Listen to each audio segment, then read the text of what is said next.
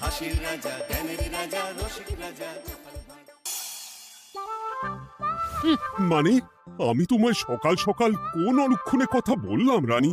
আমি তো কিছুই বুঝতে পারছি না। বললেন না, অলক্ষণে কথা বললেন না।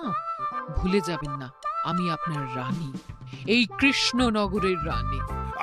আমি তো তোমায় একটু কোনো কথা নয়, হ্যাঁ? নিজের কাজ নিজে করুন, বুঝলেন? অন্দরমহলে আমার অনেক কাজ আছে। নিজের কাজ নিজে করব? আমি তোমার স্বামী, আমি তোমার কাছে এইটুকু আবদার করতে পারি না? হ্যাঁ,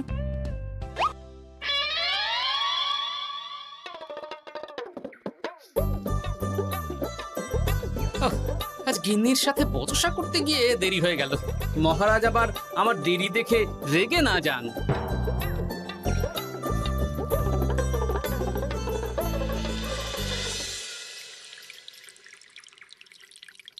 হ্যাঁ, তুমি কথাটা খুব একটা মন্দ বলনি মন্ত্রী। এতে রাজ্যবাসীরও উপকার হবে আর রাজকোষেরও খুব একটা চাপ পড়বে না। তাহলে মহারাজ সব ঘরে ঘরে এই বার্তা পৌঁছে দিই। কি এত বড় সাহস তোমার? আমার মুখে মুখে কথা বলছো? যাও, বেরিয়ে যাও বলছি আমার চোখের সামনে থেকে। তোমায় আর দেখতে চাই না। আমি আবার কি বললাম মহারাজ? কি বললে মানে? কি বলতে বাকি রাখলে শুনি? বলছিলাম কি, অপরাধ নেবেন না মহারাজ, সেনাপতি তো। চুপ, একদম চুপ। আমি মরছি নিজের জ্বালায় আর তুমি ওই ভুল ভাল বলে আমার মাথা বিগড়ে দিতে চাইছো? মহারাজ রেগে আগুন, এই ছিলেন ঠান্ডা, এই তো মুখে হাসি ছিল, এখন হাতে ডান্ডা। কি বললে কবি? তুমি আমায় অপমান করলে? যাও, এক্ষুনি তোমরা সবাই দূর হয়ে যাও আমার সামনে থেকে। কাউকে চাই না আমি।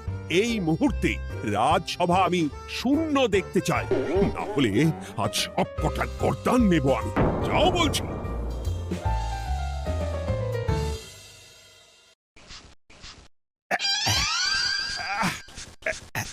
আহা, একটু শান্তি হলো। ভেবেছিলাম রাজসভায় করব তাই রে নাই রে, রাজা দিলেন ঘাড় ধাক্কা, এখন সবাই বাইরে। সে তো তোমার জন্য, তুমিই তো বেমক্কা একটা এমন কবিতা বললে। আহ, কেন এইভাবে চটছেন মন্ত্রী মশাই? দোষ তো আপনারও। আপনি তো কি একটা বলে রাজা মশাইয়ের মাথা গরম করে দিলেন। আমি আবার কি বলেছি? আরে মহারাজ তো সেনাপতির ওপর রেগে গেলেন। আরে বাবা, আমি আবার কি করলাম? পণ্ডিত মশাই কি সব বলে দিলেন, তখনই তো মহারাজ। এই আমার নামে একটা অসাধু বাক্য বললেই আমি কিন্তু। এ কি কাণ্ড! কৃষ্ণনগর রাজসভার সভারত্নরা বাইরে বের হয়ে কি মহা হট্টগোল শুরু করলেন। মহারাজ সবাইকে একসাথে ঘাড় ধাক্কা দিয়েছে। ওরে বাবা, এতগুলো ঘাড়ে রাজামশাই একসাথে ধাক্কা দিলেন কিভাবে? আচ্ছা, দোষটা কে করলো? দোষ করেছে ও, দোষ করেছে ও। দোষ করেছে ও। দোষ করেছে ও।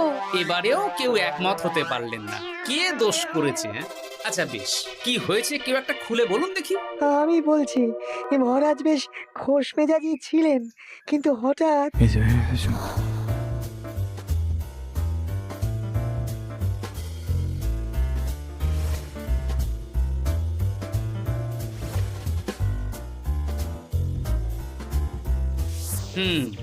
এই কাণ্ড!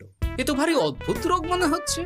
মহারাজের আচমকা মাথায় রক্ত চড়ে গেল নাকি? হ্যাঁ, মহারাজ আপনাদের রাজসভায় ডেকেছেন। ওরে বাবা না, যাবো না গো আমি, আমার কাছে আমার প্রাণ সবচেয়ে দামি। আমিও যাব না, নির্ঘাত মহারাজ গর্দান নিতেই ডাকছেন। আমিও যাব না গোপাল, আমারও প্রাণের বড় মায়া। আচ্ছা, এটা কি কোনো কথা হলো? হ্যাঁ, প্রাণের মায়া কার নেই বলুন তো? আর মহারাজ যে গর্দান নিতেই ডাকছেন তার কি কোনো মানে আছে? অন্য কারণও তো হতে পারে। তুমি কি করে বুঝলে? হ্যাঁ, বুঝতে পারিনি, তবে আন্দাজ করেছি। তোমাদের কথাতেই শুনলাম মহারাজ খোশ মেজাজেই ছিলেন, সহসা রেগে গেছেন। আবার যে সহসা খোশ মেজাজেই ফেরেননি, তাই কি বলা যায়? এটা তুমি বলনি তো বন্ধু, চলো সবে ফিরিয়ে আনি রাজসভার ছন্দ। আরে গোপাল, এসো এসো এসো। তা এত দেরি করলে কেন? বাকিরা কোথায়? তারা আসছেন মহারাজ। আপনি তাদের ডেকেছেন, তাদের ঘাড়ে কটা মাথা যে তারা আসবেন না। কিন্তু মহারাজ, আমি অন্য কথা ভাবছি। কি কথা গোপাল? আপনি নাকি সভায় আজ হঠাৎ সবার উপরে রেগে গিয়ে তাদের সভা থেকে বের করে দিয়েছেন মহারাজ। এ কি সত্যি মহারাজ? আরে না না গোপাল, মোটেও না। বলতে পারো আমি সবার সাথে একযোগে একটা রসিকতা করছিলাম। আমি দেখছিলাম সবাই আমার রসিকতা কেমন বুঝতে পারে। তাই নাকি? আসলে তুমি ছিলে না বলেই এরা কেউ আমার রসিকতা ধরতে পারেনি। এ কি সত্যি মহারাজ? আপনি সত্যি আমাদের উপর কোনো রাগ করেননি? হুম, এ কি এই সব কিছুই আপনার রসিকতা ছিল? ও মা, তাই নাকি মহারাজ? এই যে আপনি শুনিয়ে দিলেন কথা কড়া কড়া, সবকিছুই ছিল আসলে নিছক মজা করা। আহ, আবার যত সব বাজে বকছো তোমরা। এত কথা কেন? তোমরা কেউ আসলে মহারাজ কৃষ্ণচন্দ্রের রাজসভার যোগ্য নও। যাও যাও, দূর হয়ে যাও। কিন্তু মহারাজ, এই যে আপনি বললেন। আহ, তুমি সবার আগে যাও তো। তুমি হলে সব নষ্টের গোড়া। যাও বলছি, আমার আর ভালো লাগছে না। যাও। জব বাবা।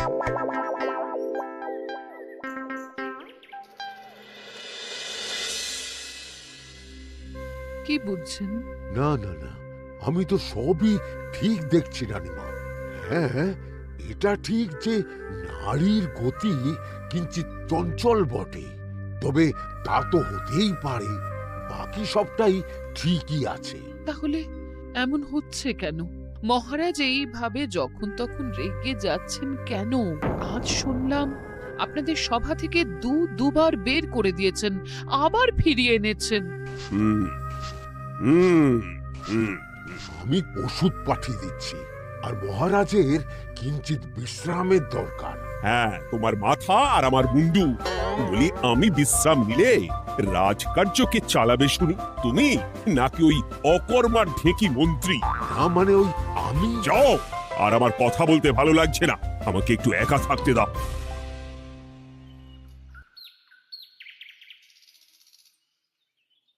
ব্যাপারটা কি বুঝলে গোপাল?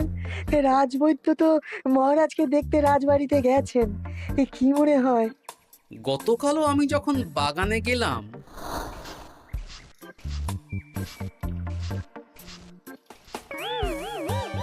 গোপাল, তোমার কি মনে হয় মহারাজকে কোন রোগে ধরেছে?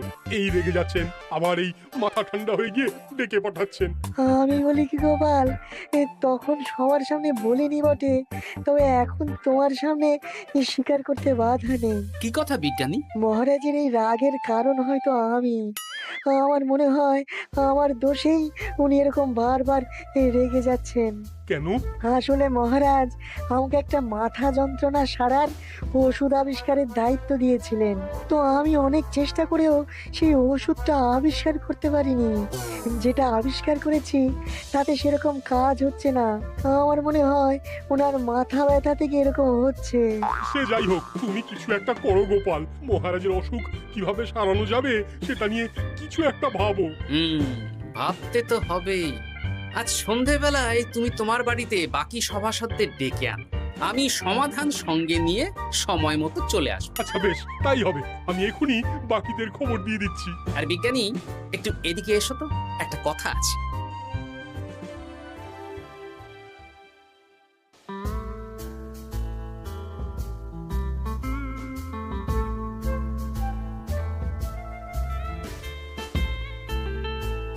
গো, বলি এইভাবে ঘুরলে কি মহারাজের ব্যামো সেরে যাবে? তা সারবে না।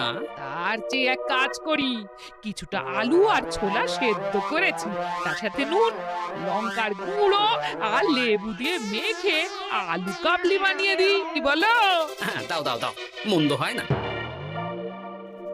মহারাজের মন উচ্চাটন। তার কি কারণ? মাঝে মাঝে আসছেন আর মহারাজ রেগে আগুন হয়ে যাচ্ছেন, আবার যেই সে ব্যামো ঠিক হয়ে যাচ্ছে মহারাজ সেই আগের মতন। তার উপর আবার সভাসদেরা মনে করছে তাদেরও কোনো দোষ আছে। তাহলে দুয়ে দুয়ে চার করতে হবে, কিন্তু কিভাবে কিভাবে কিভাবে? এই নাও আলু কাবলি খেয়ে পেট ঠান্ডা করে নাও দেখি। বেশ কিছুদিন আগে বিজ্ঞানী লেবুর রসের জাদুর কথাই তো বলছিল। আচ্ছা গিন্নি, তুমি তোমার বিয়ের সময় তোমার বাবার মুদির দোকানের একটা কাঠের ছোট বাক্স পেয়েছিলে না, যাতে শ্বশুর মশাই মোহর রাখতেন? উমা, সে বাক্স তো ঝুলকালি মেখে আছে গো, তা দিয়ে তোমার কি হবে? ঝুলকালি লেগেছে? বাবা বাবা বাবা, তাতে তো আমার কাজ আরো ভালো হবে। যাও যাও যাও, নিয়ে এসো দেখি। আমি ততক্ষণে বেশ খানিকটা অদৃশ্য কালি বানিয়ে ফেলি। না না, আমি তো বলছি মহারাজের কোনো রোগ নেই, সামান্য উদ্বেগ ছাড়া আর কোনো সমস্যাই নেই মহারাজের। তাহলে মহারাজ আমাদের এই তুর্কি নাচন কেন নাচাচ্ছেন শুনি, মস্করা করে? তাই তো উত্তর জানা চাই তো। আর এই যে এত জরুরি তলব পাঠিয়ে গোপাল আমাদের ডেকে পাঠালো, তার তো টিকিরও দেখা নেই।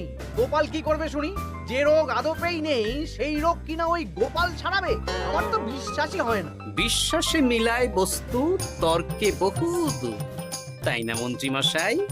পেলে গোপাল, মহারাজের রোগ সারাবার কোনো উপায় পেলে? আচ্ছা গোপাল, রাজবৈদ্য বলেছেন মহারাজের কোনোই অসুখ নেই, তা তুমি কি সারাবে শুনি? হ্যাঁ, রোগ হয়তো রাজবৈদ্য মশাই ধরতে পারেননি, কিন্তু কিছু তো আছেই যার জন্য মহারাজ এমন আচরণ করছেন, তাই না? তা তুমি বলো না মহারাজ এমন কেন করছেন, আর কি তার সমাধান? এক এক করে বলি। আমি ভেবে দেখলাম এর জন্য আমরাই দায়ী। বলো কি? আমরা সবাই কোনো না কোনো সময়ই মহারাজের রাগের কারণ হয়েছি, তাকে আঘাত দিয়েছি, বিষণ্ণ করেছি। ইচ্ছে করে করিনি হয়তো, কিন্তু করেছি। আর মহারাজ সেই সব কথা বুকে চাপা দিয়ে রেখেছেন। তুমি বলতে চাইছো অতীতে সেই সব ভুলের কারণেই মহারাজ এমন করছেন? আমার তো তাই মনে হয় সেনাপতি। আচ্ছা আচ্ছা, তর্কের খাতিরে যদি তাই ধরে নিই, তাহলে এখন আমাদের কি করণীয়? আমরা তো কাল যন্ত্রে চেপে অতীতে ফিরে যেতে পারবো না যে সেই সব ভুলগুলো শুধরে দেব। তা হয়তো হবে না, কিন্তু কিংকর্তব্য বিমূঢ় বাবার আদেশ যদি মানি, তাহলে এই সমস্যার সমাধান সম্ভব মন্ত্রী মশাই। কি বললে? ত্রিকালজ্ঞ বাবা কিংকর্তব্য বিমূঢ়, সে আবার কি গোপাল? আছেন একজন জ্ঞানী ব্যক্তি, আমার খুব পরিচিত। তার দেওয়া একটা উপদেশ আমার জানা আছে। আমার বিশ্বাস তাতে মহারাজের এই সমস্যার সমাধান হয়ে যাবে। কি করে শুনি? এই কালি হলো অদৃশ্য কালি। কলম দিয়ে অদৃশ্য কালিতে কাগজের উপর লিখতে হবে। কি লিখতে হবে? লিখতে হবে যে মহারাজের সাথে অতি সাম্প্রতিক কালে আমরা যা যা অন্যায় করেছি তাই লিখতে হবে। কোনো মিথ্যে কথা লেখা যাবে না। তবে চিন্তা নেই, অদৃশ্য কালি, ফলে কেউ কারো লেখা পড়তে পারবে না। এইবার এই কাগজ ভাঁজ করে ফেলে দিতে হবে এই বাক্সে। বাক্সে তালা, তার চাবি থাকবে মন্ত্রী মশাইয়ের কাছে। আবার আমার কাছে কেন? পরে যাতে কোনো সন্দেহ না করেন, যা সন্দেহ বাতিক মৌন আপনার। বললে এইবার এই বাক্স সারা রাত নদীর ধারে বটতলায় পড়ে থাকবে, চাঁদের আলো পান করবে। তারপর সকালে আমরা সবার সামনে এই বাক্স ফেলে দেব নদীর জলে। সবার অন্যায় সারা রাত চাঁদের আলো পান করে শুদ্ধ হয়ে ভেসে যাবে নদীর জলে। ব্যাস ব্যাস, আমরা সবাই পাপ মুক্ত হয়ে যাব। একদম সবাই শুদ্ধ হয়ে যাব, আর মহারাজের ব্যায়ামও সেরে যাবে। কিন্তু তুমি কোনো চালাকি করছো না তো গোপাল? অদৃশ্য কালিতে লেখার সাথে আমি আর কোন চালাকি করব মন্ত্রী মশাই? দেখুন, আমি একটা কাগজে লিখছি। কি কিছু বোঝা যাচ্ছে? সত্যি তো কিছু বোঝা যাচ্ছে না যে আদৌ কিছু লেখা হয়েছে কি হয়নি। তাহলে লেখা শুরু করা যাক। এক এক করে লিখুন আর কাগজ ভাঁজ করে বাক্সে ভরে দিন। আর হ্যাঁ, একদম মিথ্যে কথা লিখবেন না, তাহলে কিন্তু লেখাগুলো অদৃশ্য থাকবে না, ফুটে উঠবে। আচ্ছা গোপাল, বুঝেছি। কলম কালি মন, লেখে 3 জন, মিথ্যে কথা লিখে দিলেই ঘটবে অঘটন। আমি বাক্সটা নদীর পাড়ে সঠিক জায়গায় রেখে আসব। তারপর কাল সকালে সবাই মিলে এই বাক্স ফেলে দেব নদীর জল। ঠিক আছে?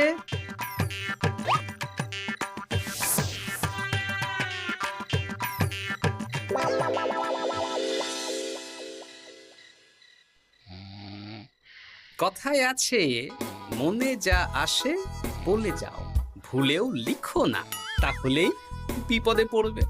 এদিকে কেমন সবাই নিজের নিজের দোষ লিখে বাক্সে ফেলে দিয়েছে। ভাগ্যিস আমি সবার লেখা কাগজগুলো রাতের অন্ধকারে বের করে আনলাম।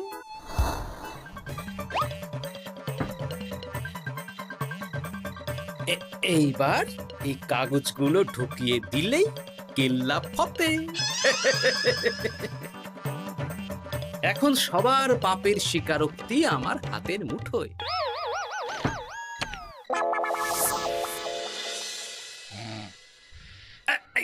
আরে, ও মা গো, ও বাবা গো, ওগিনি বলি, নাক ডেকে তো ঘুমোচ্ছ, আর পিঠটা একটু চুলকিয়ে দাও দেখি।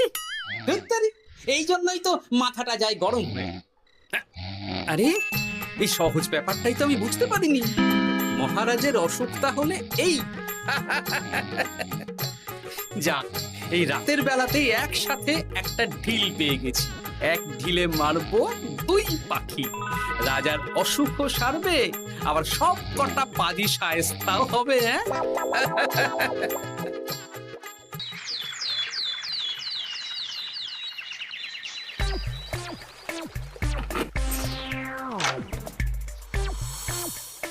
কি এইবার শান্তি হয়েছে তো মন্ত্রী মশাই? যেমন অদৃশ্য লেখা ছিল সেরকমই আছে তো? কিন্তু এতে কি মহারাজের রোগ সেরে যাবে? যাবে না মানে? মনে করুন সেরে গেছে।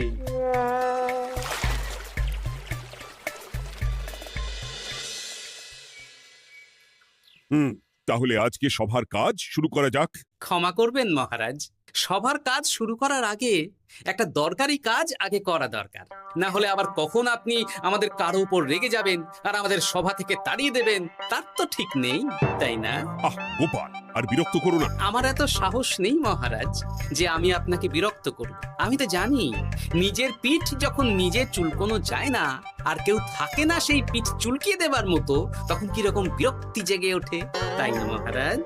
এ কি গোপাল, তুমি এত কিছু কি করে জানো? জানাই তো আমার কাজ মহারাজ। আর এও জানি যে আপনার এই বিরক্তির পেছনে সভাসদগণের ভূমিকা ঠিক কি। তার মধ্যে তুমিও আছো গোপাল, তাই না? আছি, পুরো মাত্রায় আছি মহারাজ। তবে হ্যাঁ, আমি কিন্তু তাই বলে রাজকোষের হিসেবে গোলমাল করে মহারাজের কোপের কারণ হইনি মন্ত্রী মশাই। এটা কি গোপাল আন্দাজে বলছে? না হলে কাল অদৃশ্য কালিতে আমি কি লিখেছি সেটা জানলো কি করে? আমি যা লিখেছি সেটাও কি গোপাল পড়ে ফেলেছে নাকি? যাকে পড়লেই বাকি, সব লেখা তো ওই নদীর জলে ভেসে গেছে। আমি যে লিখেছি তার প্রমাণ কি? তবে আর চিন্তা নেই মহারাজ, সমস্যার সমাধান হয়ে গেছে। এখন থেকে আপনি যতক্ষণ রাজসভায় থাকবেন, প্রথমে মন্ত্রী মশাই, তারপর পণ্ডিত মশাই, আর তারপর রাজবৈদ্য পালা করে আপনার পিঠ চুলকে দেবে। কেন আমি কেন চুলকে দেবো? না দিলে যে আপনার কপালে অনেক বড় শাস্তি ঝুলছে মন্ত্রী মশাই।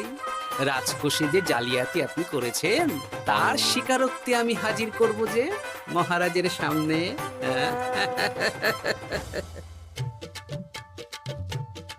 এই নিন মহারাজ, মন্ত্রী মশাইয়ের পাপের স্বীকারোক্তি। আপনি আগে মন্ত্রী মশাইয়ের লেখাটা পড়ুন, তারপর একে একে সকলের স্বীকারোক্তি দিচ্ছি। এ কি মন্ত্রী, তুমি রাজকোষ থেকে 500 মোহর চুরি করেছো, আর তার বদলে সেই হিসেব তুমি পুকুর পাড় বাঁধানোর খরচ হিসেবে দেখিয়েছো।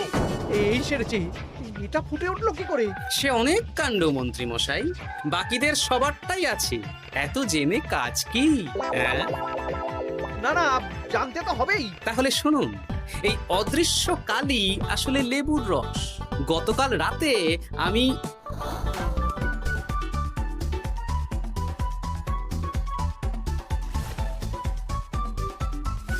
এবার লেবুর রসে অদৃশ্য লেখা কেন বা কিভাবে ফুটে উঠলো সেটা বিজ্ঞানী বোঝাবে। লেবুর রসে লেখা আগুনের তাপে ধরলে ফুটে ওঠে, কারণ লেবুর রসে থাকা অম্ল কাগজের সাথে থাকা শ্বেতসারের সাথে বিক্রিয়া করে, এবং তাপ পেলে সেই বিক্রিয়া দ্রুত হয়ে কাগজের শ্বেতসার রাসায়নিকভাবে পরিবর্তিত হয়ে গাঢ় রং ধারণ করে। অনেকদিন আগে বিজ্ঞানীর কাছে ব্যাপারটা জেনেছিলাম, আজ কাজে করে দেখালাম। এবার মন্ত্রী মশাই দেখুন, মহারাজের সেবা করা ভালো না তার বদলে চাবুক খাওয়া ভালো?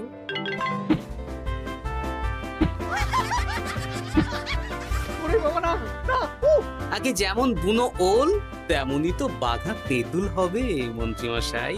যা রাজামশাইয়ের মেজাজ আবার বিগড়ে যাওয়ার আগেই কাজ শুরু করে দিন ও বাকিদেরকে সেবা করার সুযোগ করে দিন।